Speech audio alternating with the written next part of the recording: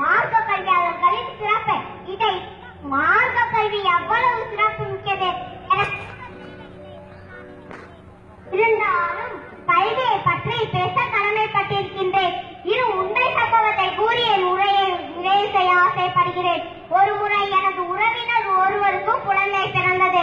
நானும் அங்கு சென்றிருந்தேன். குழந்தை பிறந்ததுடன் என்ன செய்ய வேண்டும் என தெரியாமல் இருக்கும் சமயத்தில் நான் கூறினேன், பிறந்த குழந்தைக்கு முதலில் வலது காதில் பாங்கும் இடது காதில் எக்காமத்தும் கூற வேண்டும் என நான் அவர்களுக்கு கற்றுக் கொடுத்தேன். என்னால் அப்படிப்பட்ட சட்டம் எப்படி கூற முடிந்தது? நான் நமது ஊர் விஸ்வகோடியில் இருக்கின்ற யுக்ரா தீனியாத் மக்தா மதரசாவில் 2ஆம் ஆண்டு மார்க்க கல்வியை கற்றுக்கொண்டிருக்கின்றேன். என்னால் அப்படிப்பட்ட மார்க்க கல்வியை கற்றதினால்தான் அப்படிப்பட்ட மார்க்க சட்டம் கூற முடிந்தது. இறுதியாக வரலாற்று சம்பவத்தை கூறி என் உரையை முடித்துக் கொள்கிறேன். நமக்கெல்லாம் இந்தியாவை ஆண்ட முகலாய ஆட்சியாளர்களை பற்றி தெரிந்து வைத்திருப்போம். இருந்தாலும் நினைவுபடுத்துகின்றேன். ஆரம்ப முகலாய மன்னர்கள் இடத்தில் மார்க்க கல்வி கண்ணியமாகவும் அதுவே உயிர் மூச்சாக கருதி தன் வாழ்க்கையை அமைத்துக் கொண்டதின் காரணத்தினால் அவர்களின் ஆட்சி சிறப்புக்குரியதாக இருந்தது.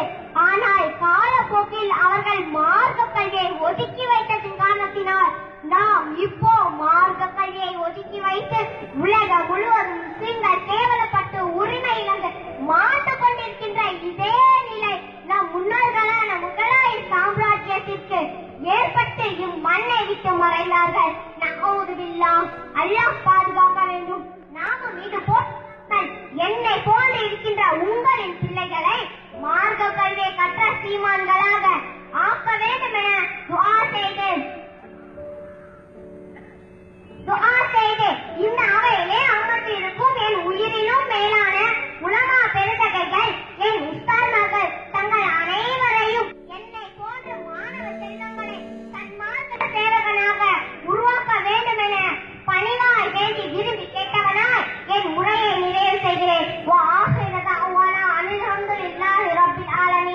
அஸ்ஸலாமு அலைக்கும் வரஹ்மத்துல்லாஹி வபரகாத்துஹு. எனக்கு பேச வாய்ப்பளித்த என் உஸ்தாத்மார்களுக்கும் பெரியோர்களுக்கும் எனது மனத்தை தெரிவித்துக் கொள்கிறேன்.